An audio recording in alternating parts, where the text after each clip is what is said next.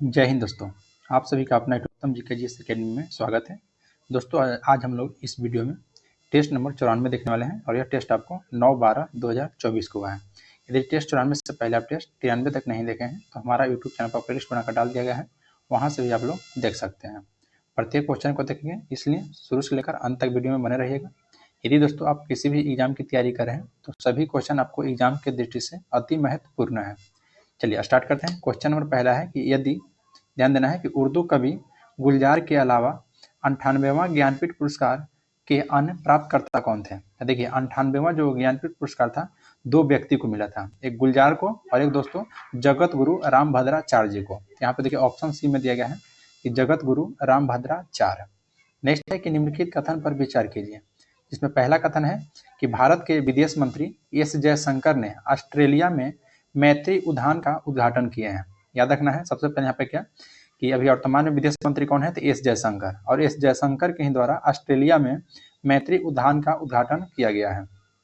Next है कि गेवरा और कुसमुंडा कोयला खदानें झारखंड में स्थित हैं। दोनों बात यहाँ पे सही है दोस्तों, याद रखना है गेवरा और कुसमुंडा कोयला खदान पूछेगा कहाँ में, तो आपका झारखंड हो जाएगा, यानी कि ऑप्शन यहाँ पे सी हो जाएगा। 1 और 2 दोनों कथन सत्य हैं। क्वेश्चन नंबर 3 कि वर्ष 2024 के लिए कोरिया पर्यटन का मानद राजदूत किसे नियुक्त किया गया है। तो याद दोस्तों याद रखना है सुपर 30 के जो संस्थापक हैं आनंद कुमार, उनको सुपर 30 के दोस्तों संस्थापक है आनंद कुमार को कोरिया पर्यटन को मानद राजदूत नियुक्त किया गया है। नेक्स्ट है कि हाल ही में किस देश ने 2030 से पशुधन उत्सर्जन पर दुनिया का पहला कार्बन टैक्स लागू करने की योजना की घोषणा की है। तो यह दोस्तों डेनमार्क, याद रखना है डेनमार्क है, ऑप्शन नंबर आपका बी हो जाएगा। क्वेश्चन नंबर 5 है कि हाल ही में समाचारों में रही पंचायती राज संस्थाओं यानी कि PRI के वित्त रिपोर्ट किस संस्था के द्वारा जारी किया गया है। तब PRI के दोस्तों जो रिपोर्ट जारी किया जाता है वो हमेशा दोस्तों याद रखना है RBI संस्था के द्वारा, RBI संस्था के द्वारा। नेक्स्ट है कि हाल ही में बिहार के 2 आर्द्र भूमियों को किस महत्वपूर्ण दिवस पर रामसर कन्वेंशन के तहत अंतर्राष्ट्रीय महत्व की आर्द्र भूमि की वैश्विक सूची में जोड़ा गया है। तो यहाँ पे आपका राइट आंसर हो जाएगा ऑप्शन नंबर है दोस्तों विश्व पर्यावरण दिवस में, विश्व पर्यावरण दिवस में याद रखिएगा। नेक्स्ट बात है क्वेश्चन नंबर आपका 7। क्वेश्चन 7 है कि आर्थिक सर्वेक्षण 2023-24 के अनुसार बिहार की फसल और जिलों को संबंध में निम्नलिखित कथन पर विचार करना है, जिसमें पहला कथन है कि रोहतास में चावल की उत्पादकता सबसे अधिक होता है। बताइए दोस्तों सही है कि गलत है। देखिए यह बिल्कुल सही है, रोहतास में चावल की उत्पादकता सबसे अधिक होता है। नेक्स्ट है कि मधुबनी में गेहूं की उत्पादकता सबसे कम, नहीं दोस्तों मधुबनी में नहीं बल्कि जमुई में होता है। नेक्स्ट है कि चावल की उत्पादकता सबसे कम, तो आपका जमुई, यहाँ मधुबनी में, ये देखिए दोनों गलत यहाँ पे हो जाएगा। तो यहाँ पे दोस्तों कौन सा कथन सत्य है, तो केवल पहला, यानी कि ऑप्शन ए हो जाएगा, केवल पहला कथन आपका सत्य है। नेक्स्ट बात है कि बिहार लघु उद्यमी योजना के संदर्भ में कौन सा कथन आपका सत्य है। पहला कथन है कि आवेदक का न्यूनतम उम्र सीमा 8 वर्ष से लेकर अधिकतम 50 वर्ष के बीच होनी चाहिए। नहीं दोस्तों ये गलत है। बिहार लघु उद्यमी योजना के तहत, अगर बिहार लघु में उद्यमी योजना के तहत देखा जाए तो जो 8 वर्ष से लिया गया है, 8 वर्ष से दोस्तों अधिकतम 50 वर्ष के बीच में होना चाहिए उम्र। सही दे रहा है, न्यूनतम उम्र दोस्तों याद रखना है 8 वर्ष और अधिकतम उम्र आपका 50 वर्ष सही है। कथन है कि इस योजना के लाभ प्राप्त करने के लिए आवेदक को पूरे परिवार का मासिक आय दोस्तों 6,000 से अधिक नहीं होना चाहिए, और इस योजना के लाभ गरीब परिवार के किसी एक सदस्य को ही मिलेगा, जिसके अंतर्गत 2 लाख रुपए की राशि दी जाएगी, जिसे दोस्तों वापस नहीं चुकाना होगा। तो सभी कथन यहाँ पे आपका सही है, तो ऑप्शन हो जाएगा डी, ऑप्शन नंबर डी आपका राइट हो जाएगा। क्वेश्चन नंबर 9 है कि हाल ही में बंगाल की खाड़ी में चक्रवर्तीय तूफान जिसका असर मुख्य रूप से बिहार के उत्तरी भागों में देखने के मिला था, उसका नाम क्या था। तो उसका नाम दोस्तों रेमल था, रेमल याद रखना है। और यह रेमल दोस्तों बंगाल की खाड़ी से उठा था। नंबर 10 कि भूटान, चीन, म्यांमार की सीमा किस राज्य से जुड़ी हुई है। देखिए दोस्तों भूटान, चीन और म्यांमार जो तीनों देश के साथ सीमा करने वाली है दोस्तों आपका अरुणाचल प्रदेश है, अरुणाचल प्रदेश से याद रखिएगा। नेक्स्ट है क्वेश्चन नंबर 11 कि भारत के संदर्भ में हल्बी हो और कुई पद किससे संबंधित है। तो यह जो पद है दोस्तों आपको जनजातीय भाषा है, ध्यान देना है। जो भारत के संदर्भ में हल्बी हो और कुई यह आपका जनजातीय भाषा है। नेक्स्ट है कि निम्नलिखित में से कौन सा भारत में एक डाकघर व्यवहार का मार्ग है। तो आपका ग्रीन चैनल हो जाएगा, ग्रीन चैनल जो कि डाकघर व्यवहार का मार्ग है आपका। नेक्स्ट है कि निम्नलिखित में कौन सा उद्योग चूना पत्थर को मुख्य कच्चा माल के रूप में उपयोग करता है। तो चूना पत्थर का दोस्तों कच्चा माल के रूप में आपको सीमेंट का उपयोग किया जाता है। क्वेश्चन नंबर 14 है, सूची 1 को सूची 2 के साथ सम्मिलित कीजिए और सूचियों को नीचे दिए गए कूट से सही उत्तर का चयन करना है। एक तरफ दोस्तों आपका ऊर्जा संयंत्र दिया गया है और एक तरफ दोस्तों ऊर्जा का प्रकार दिया गया है। तो चमेरा जो ऊर्जा संयंत्र दोस्तों बताइए यह किस प्रकार ऊर्जा का आपका प्रकार है। तो चमेरा हो जाएगा आपका दोस्तों जलीय ऊर्जा है। चमेरा ध्यान देना है, जलीय ऊर्जा है। और गवाल पहाड़ी, तो गवाल पहाड़ी दोस्तों जो ऊर्जा संयंत्र है यह सौर ऊर्जा का प्रकार है, ध्यान देना है सौर ऊर्जा का। फिर है कुदानकुलम, तो कुदानकुलम ऊर्जा संयंत्र आपका ऊर्जा के यानी आणविक ऊर्जा का प्रकार हो जाएगा, आणविक ऊर्जा का। और फिर दोस्तों पतरातु, तो पतरातु हो जाएगा जो कि आपका तापीय ऊर्जा का प्रकार है। तो यहाँ पे दोस्तों आपको होना चाहिए 3 4 1 2। तो 3 4 1 2 देखिए ऑप्शन नंबर दोस्तों डी में दिया गया है। 15 कि निम्नलिखित में से किस पहाड़ी पर चाय बागान नहीं है। बताइए दोस्तों किस पहाड़ी पर आपका चाय बागान नहीं है। तो दोस्तों जो गिरनार पहाड़ी है, गिरनार पहाड़ी में आपको चाय की बागान देखने के लिए नहीं मिलेगा। बाकी कानन देवन पहाड़ी पर भी दोस्तों चाय की बागान है, नीलगिरी पहाड़ी पर भी है और दार्जिलिंग पहाड़ी पर भी है। नेक्स्ट है कि क्षेत्रफल के दृष्टि से भारत के किस राज्य में सबसे अधिक वन पाया जाता है। तो क्षेत्रफल की दृष्टि से कभी भी क्वेश्चन आपसे पूछेगा दोस्तों तो मध्य प्रदेश हो जाएगा। मध्य प्रदेश एक ऐसा राज्य है जो कि क्षेत्रफल की दृष्टि से सबसे अधिक वन यहाँ पर पाए जाते हैं। क्वेश्चन नंबर आपको दोस्तों 17, क्वेश्चन 17 क्या कह रहा है ध्यान दीजिएगा। बोल रहा है कि भारत में पाई जाने वाली विभिन्न प्रकार की मृदा के संदर्भ में उन्हें जोड़ों की पहचान कीजिए जिनका दोस्तों मिलान गलत रूप से किया गया है। तो देखिए दोस्तों सबमोर्टेन मृदा, जो सबमोर्टेन मृदा होता है यह अपरदी सामग्री के जमाव से बनता है और जम्मू और कश्मीर से असम तक फैले तराई क्षेत्र में पाया जाता है, याद रखना है, बिल्कुल सही है। नेक्स्ट है कि करेवा मृदा, यह कश्मीर के घाटी और भद्रप्रवाह घाटी में पाए जाने वाला सरोवरी निक्षेप है, यह भी आपका सही है। नेक्स्ट है कि पीट और जो दलदली मृदा होता है यह मौसमी वर्षा की विशेषता वाली मानसून जलवायु को विशिष्ट मृदा है और इनमें कार्बनिक पदार्थ की कमी होता है। नहीं दोस्तों गलत है, यानी कि दोस्तों तीसरा कथन आपका गलत हो जाएगा। फिर नेक्स्ट है कि लेटराइट मृदा, यह मृदा ह्यूमस और कार्बनिक पदार्थों से भरपूर है, ये भी दोस्तों कथन गलत है। तो यहाँ पे देखिए ऑप्शन आपका डी हो जाएगा, जो ऑप्शन नंबर डी है 3 और 4 जो कि कथन गलत है, क्योंकि दोस्तों गलत को ही चूज करना था। नेक्स्ट है कि निम्नलिखित में कौन सा नदी पूर्वी घाट से निकलती है। पूर्वी घाट से दोस्तों यहाँ पे बताइए कौन कौन सी नदी निकलती है।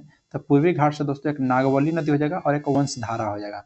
तो ऑप्शन हो जाएगा बी 2 और 4 दोनों दोस्तों नागवली और वंशधारा जो नदी है यह पूर्वी घाट से निकलती है, याद रखिएगा।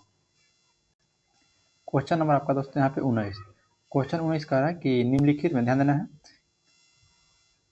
कि निम्नलिखित में कौन सा युग्म सुमेलित नहीं है। देखिए जनजाति है, एक तो दोस्तों स्थान दिया गया है। तो बताइए पिग्मी जनजाति दोस्तों जो कि कांगो बेसिन में पाया जाता है, बिल्कुल सही है। अंगामी जनजाति जो कि नागालैंड में पाया जाता है। एनु जनजाति जो कि जापान में पाया जाता है। किर्गिज जो कि सूडान में, गलत है दोस्तों, किर्गिज सूडान नहीं बल्कि दोस्तों ज्यादातर किर्गिज जनजाति की बात किया दोस्तों तो किर्गिस्तान में ही रहते हैं, ध्यान देना है किर्गिस्तान में। यहाँ पे ऑप्शन डी हो जाएगा। नेक्स्ट है कि निम्नलिखित में से कौन सा हरित क्रांति का लक्ष्य नहीं है। तो हरित क्रांति का दोस्तों बताइए निम्नलिखित में से कौन सा लक्ष्य आपका नहीं है।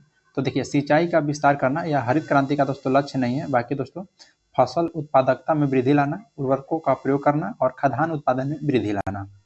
नेक्स्ट है कि निम्नलिखित में कौन सा उष्णकटिबंधीय घास का मैदान है। उष्णकटिबंधीय, तो ध्यान देना दोस्तों यहाँ पे जो उष्णकटिबंधीय घास का मैदान आपका हो जाएगा सवाना। सवाना दोस्तों उष्णकटिबंधीय घास मैदान का है, याद रखना है। बाकी पंपास डाउन्स प्रेरी या दोस्तों उष्णकटिबंधीय नहीं हो जाएगा, याद रखना है। बाकी सवाना यहाँ पर याद रखना है कि उष्णकटिबंधीय घास का मैदान है। नेक्स्ट है कि ज्वार भाटा के बारे में निम्नलिखित में से कौन सा कथन गलत है। तो ज्वार भाटा के बारे में दोस्तों जो पहला कथन है कि ऊंचा ज्वार भाटा तब होता है जब चंद्रमा अपनी पहली और आखिरी तिमाही में होती है। नहीं दोस्तों गलत है, यानी कि कथन गलत ही चूज करना था। तो ऑप्शन नंबर आपका ए हो जाएगा। बाकी यहाँ पर ज्वार भाटा के संबंधित याद रखने वाली तथ्य क्या है कि निम्न ज्वार भाटा को लघु ज्वार भाटा भी कहा जाता है, याद रखना है। निम्न ज्वार भाटा को लघु ज्वार भाटा भी कहा जाता है, सही है। और ज्वार भाटा पृथ्वी की सतह पर सूर्य और चंद्रमा के द्वारा लगाए गए गुरुत्वाकर्षण खिंचाव के कारण होता है, याद रखना है।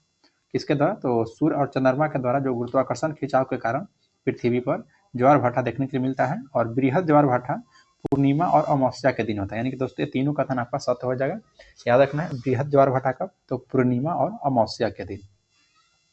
क्वेश्चन नंबर दोस्तों 23 है कि महासागरीय धाराओं के संदर्भ में निम्नलिखित में से कौन सा कथन आपका सही है?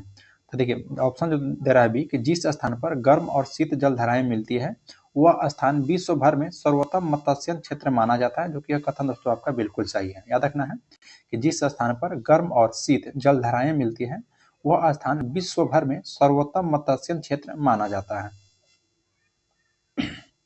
क्वेश्चन नंबर 24 है कि मेघाच्छादित रात में ओस की बूंदें क्यों नहीं बनती है?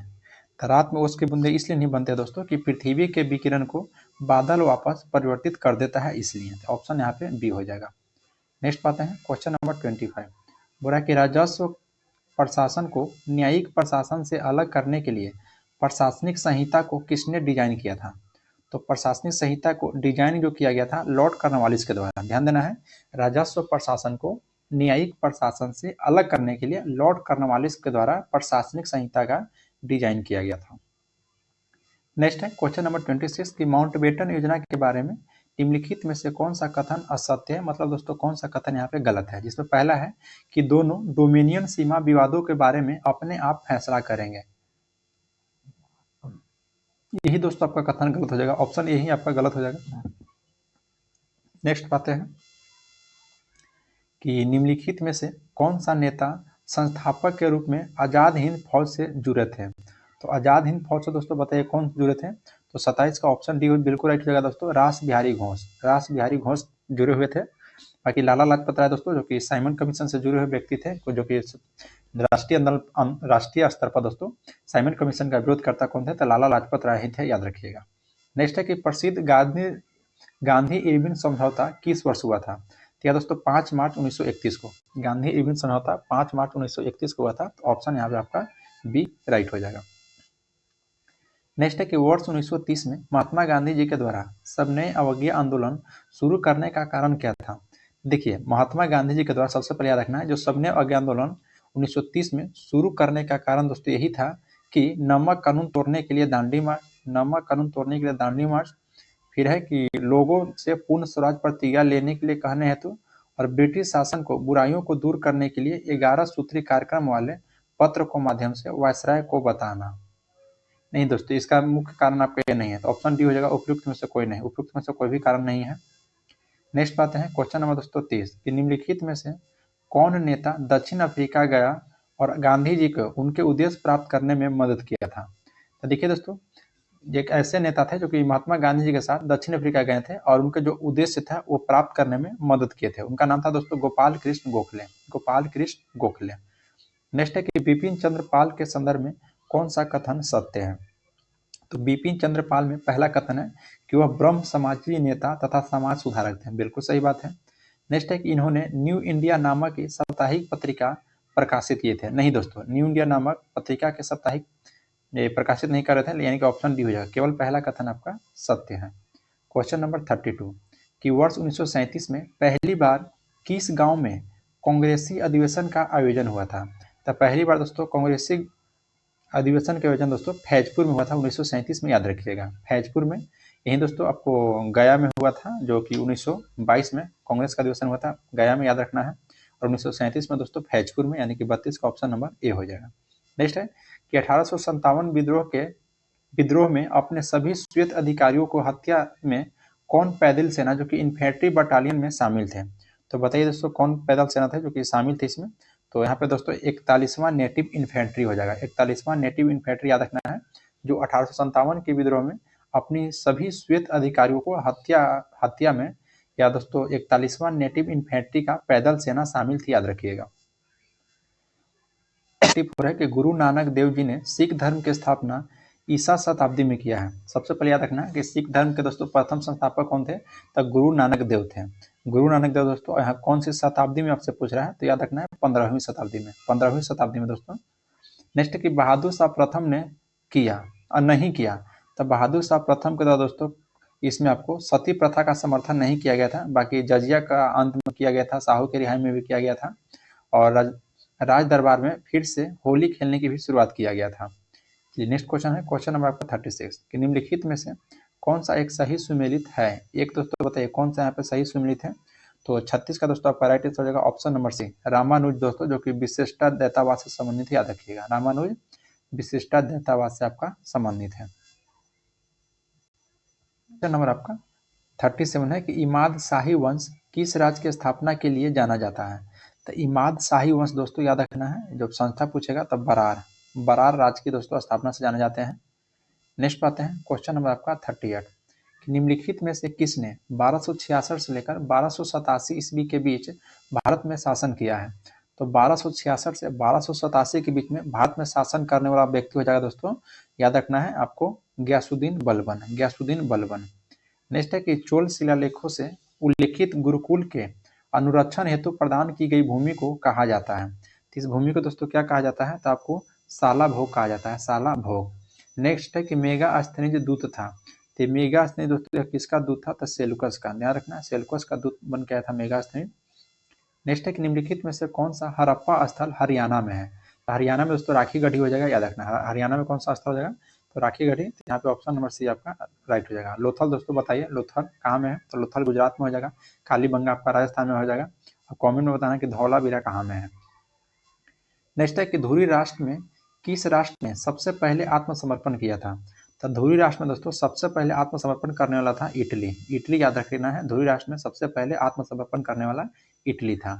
नेक्स्ट है कि नौ गु एल्फ आंदोलन के प्रणेता कौन थे। तो नौ गु एल्फ आंदोलन के प्रणेता के रूप में दोस्तों जियो बर्टी को जाना जाता है, जियो बर्टी को। क्वेश्चन नंबर 44 यूरोपीय चित्रकारी का प्रवेश किसके दरबार में हुआ था। तो यूरोपीय चित्रकारी प्रवेश दोस्तों आपको अकबर के दरबार में शुरू हो गया था।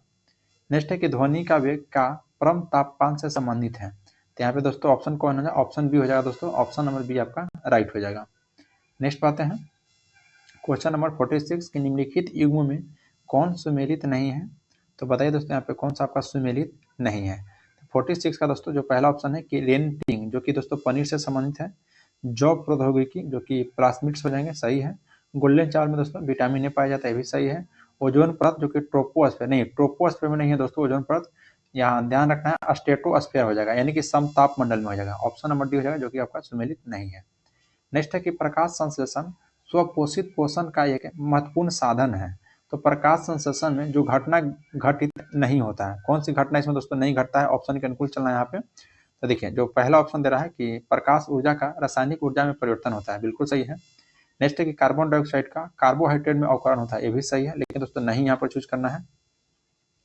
नेक्स्ट है कि कार्बन का कार्बन डाइऑक्साइड में ऑक्सीकरण, नहीं दोस्तों गलत है, कार्बन का कार्बन डाइऑक्साइड में ऑक्सीकरण नहीं होता है। नेक्स्ट है कि पृथ्वी के भूमध्य रेखा पर किसी पिंड के भार की तुलना में ध्रुवों पर पिंड का भार क्या होगा। तो ध्रुवों पर पिंड का भार दोस्तों भूमध्य रेखा पर अपने भार से अधिक होगा, ध्यान रखना है भूमध्य रेखा पर अपने भार से अधिक होगा। क्वेश्चन नंबर आपका 49 कि शून्य समूह किसने प्रस्तावित किया था। तो शून्य समूह दोस्तों याद रखना है रैमसे के द्वारा प्रस्तावित किया गया था, रैमसे के द्वारा प्रस्तावित किया गया था। नेक्स्ट है कि निम्न में कौन सा एक सूक्ष्म पोषक तत्व है। तो सूक्ष्म पोषक तत्व दोस्तों यहाँ पे आपका लोहा हो जाएगा, लोहा। नेक्स्ट पाते हैं कि निम्नलिखित मिश्र धातुओं में कौन सी अपने संगठन के दृष्टिकोण से सम्मिलित नहीं है। पहला दोस्तों कि पीतल जो कि तांबा और जस्ता का है दोस्तों, बिल्कुल सही है, याद रखना है पीतल आपका तांबा और जस्ता का एक मिश्र धातु है। गन मेटल में दोस्तों तांबा टिन और जस्ता तीनों आता है, तांबा टिन और जस्ता, ये भी सही है। नाइक्रोम में दोस्तों निकिल आयरन और क्रोमियम आता है, तीनों सही है दोस्तों। नाइक्रोम याद रखना है, निकिल आयरन और क्रोमियम। नेक्स्ट है सोल्डर में दोस्तों टाका, देखिए यहाँ गलत है दोस्तों, लेड और जिंक नहीं होगा, यानी कि ऑप्शन नंबर डी हो जाएगा, यह सुमेलित नहीं है। नेक्स्ट है दोस्तों कि रेडियम 88-226 से एक अल्फा कण उत्सर्जित होने पर नया परमाणु किस समूह में उपस्थित होता है। तो बताइए दोस्तों यह किस समूह में उपस्थित होता है। तो यहाँ पर ऑप्शन नंबर ये हो जाएगा दोस्तों शून्य समूह में। नेक्स्ट क्वेश्चन है क्वेश्चन आपका 53 कि स्टेनलेस स्टील में कार्बन का प्रतिशत है। तो 0.5 से लेकर दोस्तों 1% याद रखिएगा। नेक्स्ट है कि स्ट्रेप्टोमाइसिन है, स्ट्रेप्टोमाइसिन क्या है, तो यह दोस्तों एक प्रकार के एंटीबायोटिक दवा है। स्ट्रेप्टोमाइसिन याद रखना है, एंटीबायोटिक दवा है एक प्रकार का। नेक्स्ट है कि निम्नलिखित में से किस एक विकल्प में संपूर्ण वैश्विक उष्मायन ने कुल 4 में से 2 हरित गृह गैसों को योगदान की सही प्रतिशत दी गई है। तो याद रखना है यहाँ पे आपको CFCS 14% और मीथेन दोस्तों यहाँ पे 20%, यानी कि क्लोरोफ्लोरोकार्बन जो हो जाएगा 14% और मीथेन दोस्तों इसमें आपका 20%। नेक्स्ट है कि फर्मियम सदस्य है। तो फर्मियम दोस्तों किसका सदस्य है, तो एक्टिनोनाइट श्रेणी का, एक्टिनोनाइट नाइट श्रेणी का याद रखना, एक्टिनाइड होता है, एक्टिनाइड श्रेणी का। नेक्स्ट है कि डीडीटी के कारण चिड़ियों के अंडों का कवच पतला हो जाता है क्योंकि वह रोकती है, तो क्योंकि वह दोस्तों कैल्शियम एटीपेज को रोकती है, कैल्शियम एटीपेज को। नेक्स्ट है सूची 1 को सूची 2 के साथ सम्मिलित करना है और नीचे दिए गए कूट का दोस्तों प्रयोग करना है। तो बताइए, देखिए दोस्तों इसको मिलान कर लेते हैं, ध्यान देना है। देखिए जो आगे दोस्तों पहले उसी को बनाना है। यहाँ पे आप पढ़े होंगे लाइसोसोम जो दोस्तों अंतःकोशिकीय का पाचन करता है, फिर दोस्तों राइबोसोम जो कि प्रोटीन संश्लेषण में सहायक होता है, क्लोरोप्लास्ट दोस्तों जो कि प्रकाश संश्लेषण में होता है, और माइटोकॉन्ड्रिया आपका एटीपी के निर्माण में होता है। तो यहाँ पे 4 1 2 3 आंसर हो जाएगा, 4 1 2 3। कूट में ऑप्शन सी में दिया गया है 4 1 2 3, जो कि आपका बिल्कुल राइट हो जाएगा, 58 का ऑप्शन नंबर सी। नेक्स्ट है कि किसी पिंड का वेग समरूप कहा जाता है जब, देखिए किसी पिंड का वेग समरूप दोस्तों उस स्थिति में कहा जाएगा कि जब वेग का मान और दिशा दोनों अपरिवर्तित होगा। ध्यान देना है, वेग का मान और दिशा दोनों अपरिवर्तित होगा। नेक्स्ट है कि मानव के द्वारा बनाए गए उपग्रह स्थापित होते हैं, तो मानव के द्वारा जो बनाए गए दोस्तों जितना भी उपग्रह स्थापित किया जाता है वह बाह्य मंडल में किया जाता है, यानी कि एक्सोस्फीयर में। ध्यान देना है, एक्सोस्फीयर में आपको दोस्तों ओजोन मंडल मिल जाएगा, समताप मंडल में, समस्त मौसमी घटनाएं आपको क्षोभ मंडल में हो जाएगा, याद रखना है। नेक्स्ट क्वेश्चन पाते हैं, क्वेश्चन नंबर 61 कि डीएनए एक आनुवंशिकी पदार्थ है, बिल्कुल सही है दोस्तों। तो इसका अंतिम प्रमाण किसके प्रयोग में आया था? देखिए डीएनए सबसे पहले यहाँ रखना है, अनुवांशिकी पदार्थ पूछेगा तो आपका डीएनए होता है, और अनुवांशिकी इकाई कहेगा तो आपका आरएनए होता है। देखिए क्वेश्चन करा दोस्तों, डीएनए एक जो कि अनुवांशिक पदार्थ है और इसका अंतिम प्रमाण किसके प्रयोग में आया था? तो जो अंतिम प्रमाण आया था दोस्तों वह हर्ष और चेस के प्रयोग से। ध्यान देना है, हर्ष और चेस के प्रयोग से। नेक्स्ट पाते हैं क्वेश्चन नंबर 62 है कि सबसे बड़ी हड्डी, तो सबसे बड़ी हड्डी दोस्तों जो कि जांघ की होती है, फीमर जिसको हम लोग बोलते हैं। फिर दोस्तों सबसे बड़ी ग्रंथि, तो सबसे बड़ी ग्रंथि दोस्तों आपका यकृत हो जाएगा। फिर है सबसे छोटी पेशी, तो सबसे छोटी पेशी कहेगा दोस्तों तो अस्टेपिडियस हो जाएगा, सबसे छोटी पेशी अस्टेपिडियम। नेक्स्ट है सबसे छोटी हड्डी जो कि अस्टेपिस हो जाएगा, यह आपका कान में पाया जाता है। तो यहाँ पे आंसर कौन हो जाएगा दोस्तों, यानी कि 3 हो जाएगा, 3 के बाद 2 होगा और उसके बाद 1 होगा, 3 2 1 4। 3 2 1 4 किधर दोस्तों, 3 देखिए ऑप्शन ए में ही दिया गया है, 3 2 1 4 आपका राइट हो जाएगा, 62 का option number A. Next question है क्वेश्चन नंबर 63। क्वेश्चन दोस्तों 63 का रहा है, ध्यान देना है कि एम्फीसाइमा निम्नलिखित में से किसे प्रभावित करता है? तो एम्फीसाइमा जो है दोस्तों ये आपको प्रभावित करने वाला फेफड़ा अंग को प्रभावित करता है एम्फीसाइमा। नेक्स्ट है कि निम्नलिखित में से कौन सा कथन न्यूटन के गति का तीसरा नियम के लिए सही है? तो न्यूटन के गति का तीसरा नियम दोस्तों यहाँ बल हो जाएगा। ध्यान देना है कि बल अलग अलग निकाय पर विपरीत दिशा में लागू होता है, ध्यान देना है। नेक्स्ट है क्वेश्चन नंबर 65, बोल रहे दोस्तों कि क्योटो संलेख यानी कि प्रोटोकॉल का अनुमोदन कहाँ हुआ है? तो क्योटो संलेख दोस्तों जो अनुमोदन इसका हुआ है वह दोस्तों कॉप थ्योरी में, ध्यान रखना है कॉप थर्ड हो जाएगा। नेक्स्ट है कि भारतीय संविधान अनकही कहानी के लेखक कौन है? तो भारतीय संविधान अनकही कहानी के दोस्तों लेखक राम बहादुर राय हो जाएंगे अनकही कहानी के लेखक। नेक्स्ट है कि मालनपुर औद्योगिक क्षेत्र कहाँ स्थित है? तो मालनपुर औद्योगिक क्षेत्र आपका हो जाएगा भिंड में, ध्यान देना है भिंड में, 67 का option number D. Next question है क्वेश्चन नंबर दोस्तों आपका यहाँ पे 68 हो जाएगा कि निम्नलिखित में से कौन प्रत्यक्ष कर का उदाहरण है? बताइए दोस्तों प्रत्यक्ष कर का निम्नलिखित में से कौन सा आपका उदाहरण है? तो ऑप्शन बी हो जाएगा निगम कर दोस्तों प्रत्यक्ष कर का उदाहरण हो जाएगा। बाकी दोस्तों सीमा शुल्क हो जाएगा, जीएसटी हो जाएगा, उत्पाद कर सभी अप्रत्यक्ष कर का। नेक्स्ट है कि भारत में आर्थिक नियोजन की पहली रूपरेखा का प्रस्ताव किस वर्ष पारित किया गया था? तो देखिए भारतीय आर्थिक नियोजन, ध्यान देना है भारत में आर्थिक नियोजन का पहली रूपरेखा प्रस्ताव जो पारित किया गया था वो 1934 में। नेक्स्ट है कि निम्नलिखित में से कौन सा कथन सही है? इसमें दोस्तों पहला कथन दे रहा है कि 1949 में योजना आयोग की स्थापना प्रधानमंत्री के अध्यक्ष के रूप में लेकर की गई थी। बिल्कुल सही बात है दोस्तों, योजना आयोग की स्थापना दोस्तों प्रधानमंत्री के अध्यक्ष के रूप में लेकर 1949 में किया गया था, यही दे रहा है आंसर। लेकिन ध्यान रखना है योजना आयोग की स्थापना दोस्तों 15 मार्च 1950 को हम लोग पढ़ रहे हैं, 15 मार्च 1950 के दोस्तों जो कि प्रधानमंत्री अध्यक्ष के रूप में जो समय जवाहरलाल नेहरू थे तो उसकी स्थापना हुआ था।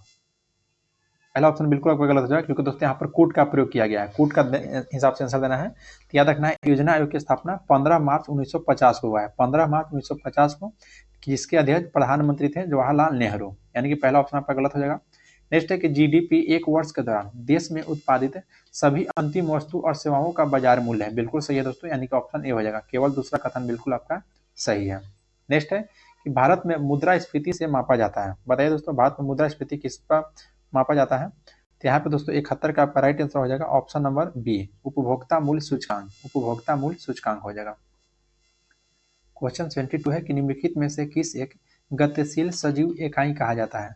तो गतिशील सजीव इकाई कहा जाता है दोस्तों आपका वन को। नेक्स्ट है कि प्रधानमंत्री सुकन्या समृद्धि योजना का शुभारंभ कब हुआ था? तो दोस्तों जनवरी 2015 में प्रधानमंत्री सुकन्या समृद्धि योजना का प्रारंभ जनवरी 2015 में किया गया था। नेक्स्ट है कि कौन सा खेल सही ढंग से इसके अन्य नाम के साथ रखा गया है? तो दोस्तों फुटबॉल सॉकर, याद रखना है फुटबॉल का सॉकर। नेक्स्ट है कि किस साल भारत भूटान फाउंडेशन की स्थापना किया गया था? तो दोस्तों 2003 में भारत भूटान फाउंडेशन की स्थापना किया गया है, याद रखिएगा। नेक्स्ट पाते हैं क्वेश्चन नंबर 76 है कि मानव जाति का सबसे पुरानी साहित्य विरासत कौन सा है? तो सबसे पुरानी हो जाएगा दोस्तों ऋग्वेद। याद रखना, टोटल वेद की संख्या दोस्तों आपका 4 है, 4 वेद है, जिसमें सबसे पुरानी वेद आपका ऋग्वेद ही है। नेक्स्ट है कि निम्नलिखित में से कौन सा एप्लीकेशन सॉफ्टवेयर है? तो एप्लीकेशन सॉफ्टवेयर दोस्तों आपका ग्राफिक्स हो जाएगा। कौन सा? तो ग्राफिक्स यहाँ हो जाएगा ऑप्शन ए। क्वेश्चन 78 है कि इस प्रसिद्ध भारतीय शास्त्रीय नृत्यांगना को पहचानिए और भारतनाट्यम और उड़ीसी नृत्य शैली दोनों की गुरु हैं। उन्हें वर्ष 1987 में संगीत नाटक अकादमी पुरस्कार मिला था। तो दोस्तों किनको मिला था? तो आपको सोनल मान सिंह को याद रखिएगा। क्वेश्चन नंबर 79 है कि निम्नलिखित कथन पर विचार करना है कि 73वां संविधान संशोधन के बाद विकेंद्रीकरण किया गया था। तो 73वां संविधान संशोधन के दोस्तों किसको विकेंद्रीय किया गया था? तो कौन सा कथन सही है? तो देखिए, निर्णय लेने की शक्ति, पूर्ण व्यवस्था और न्यायिक शक्ति का भी और प्रशासनिक शक्ति का। यहाँ तो ऑप्शन डी हो जाएगा दोस्तों, उपरोक्त में से एक से अधिक। उपरोक्त में से एक से आपका अधिक यहाँ पे आंसर हो जाएगा। नेक्स्ट है क्वेश्चन नंबर 80 कि निम्नलिखित में कौन सा एक भारतीय संविधान के अंतर्गत आपातकाल की उद्घोषणा का आधार नहीं हो सकता है? तो यहाँ पे आपका राइट हो जाएगा 80 का ऑप्शन नंबर डी दोस्तों, आंतरिक अशांति। क्योंकि दोस्तों आंतरिक अशांति के स्थान पर आपको सशस्त्र विद्रोह आया है, याद रखिएगा। तो जो आपको आपातकाल की उद्घोषणा किया जाता है वह युद्ध और बाह्य आक्रमण और सशस्त्र विद्रोह, यही तीनों के, और ये तीनों दोस्तों अगर भारत में चल रहा होगा तो इस हिसाब से आपको राष्ट्रीय आपातकाल की उद्घोषणा किया जाएगा। नेक्स्ट है कि किसी राज्य में मंत्रिपरिषद में मुख्यमंत्री सहित मंत्रियों की कुल संख्या व राज्य की विधानसभा के सदस्यों की कुल संख्या से अधिक नहीं होगा। तो दोस्तों 15% से अधिक नहीं होगा, याद रखिएगा। कितना परसेंट से? तो 15% से। क्वेश्चन नंबर आपका 82 कि राज्यपाल का विशेष अभिभाषण राज्यपाल के द्वारा किस अवसर पर दिए जाने वाले अभिभाषण से संदर्भित है? दोस्तों कि आम चुनाव के बाद बुलाए गए जो प्रथम सत्र के प्रारंभ में प्रत्येक वर्ष के प्रथम सत्र पर। नेक्स्ट है कि किस अनुच्छेद में कहा गया है कि प्रत्येक राज्य के लिए एक उच्च न्यायालय होगा? तो दोस्तों अनुच्छेद 214 में, ध्यान देना है, अनुच्छेद 214 में 83 का ऑप्शन नंबर यहाँ पे आपका ए राइट हो जाएगा। नेक्स्ट क्वेश्चन है क्वेश्चन नंबर दोस्तों 84 कि पहला लोकपाल विधेयक भारत की संसद में पेश किया गया था। तो पहला लोकपाल विधेयक दोस्तों भारत के संसद में कब पेश किया गया है बताइए? तो यह दोस्तों वर्ष 1968 में। वर्ष 1968 आपका राइट आंसर हो जाएगा। नेक्स्ट पाते हैं कि लोकसभा अध्यक्ष उपाध्यक्ष के संबंध में निम्नलिखित कथन में कौन सा कथन सही है?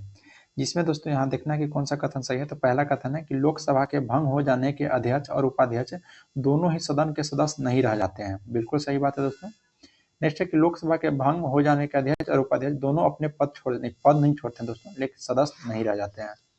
नेक्स्ट है कि केवल उपाध्यक्ष अपने पद छोड़ता है और अध्यक्ष लोकसभा भंग होने के पश्चात अगली लोकसभा की पहली बैठक से तत्काल पहले ही अपना पद नहीं छोड़ता है। ये भी कथन सही है दोस्तों, यानी कि पहला और तीसरा कथन सही है, तो ऑप्शन नंबर डी हो जाएगा।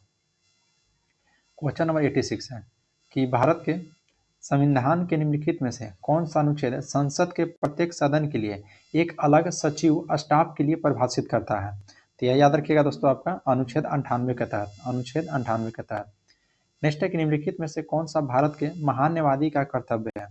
तो भारत के महान्यायवादी का कर्तव्य दोस्तों कि कानूनी मामले पर भारत सरकार की सलाह देना हो जाएगा। कानूनी मामले पर भारत सरकार की सलाह देना।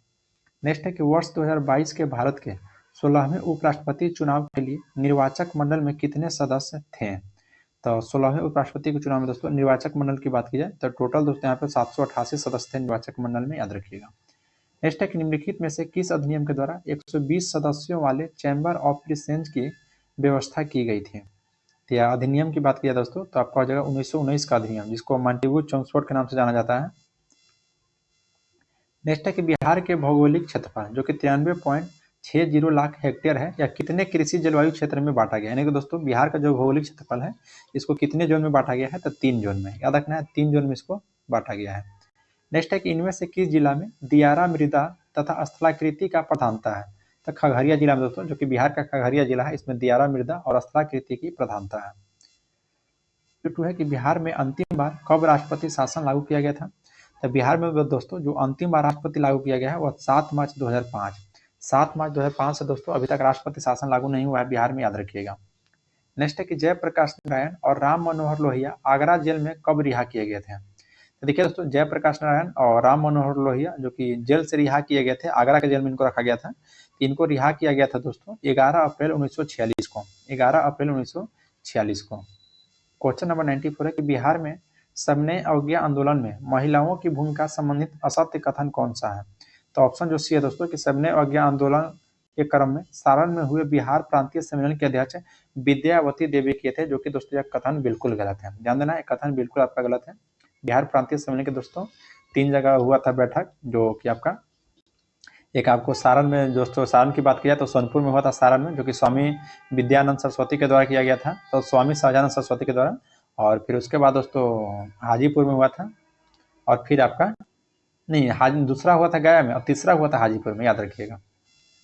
नेक्स्ट है क्वेश्चन नंबर 95 कि हजारीबाग जेल से किसने कैदी नामक हस्तलिखित पत्रिका निकाला था, या दोस्तों आपका राम वृक्ष बेनपुरी के द्वारा। ध्यान देना है, हजारीबाग जेल से ही कैदी नामक जो पत्रिका निकाला गया था राम वृक्ष बेनपुरी के द्वारा।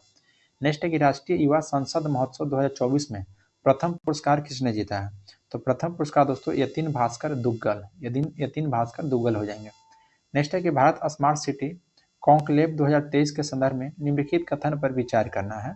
इसमें पहला कथन है कि इसकी मेजबानी दोस्तों इंदौर शहर के द्वारा किया जा रहा है, बिल्कुल सही है। भारत स्मार्ट सिटी कॉन्क्लेव 2023 का दोस्तों इंदौर शहर के द्वारा किया गया था मेजबानी, और इसका आयोजन सितंबर के महीने में किया गया था। दोनों सही है, तो ऑप्शन डी हो जाएगा, दोनों सही है। नेक्स्ट है कि पीएम जनमन, ध्यान देना है, पीएम जनमन योजना के संबंध में निम्नलिखित कथन पर विचार करना है।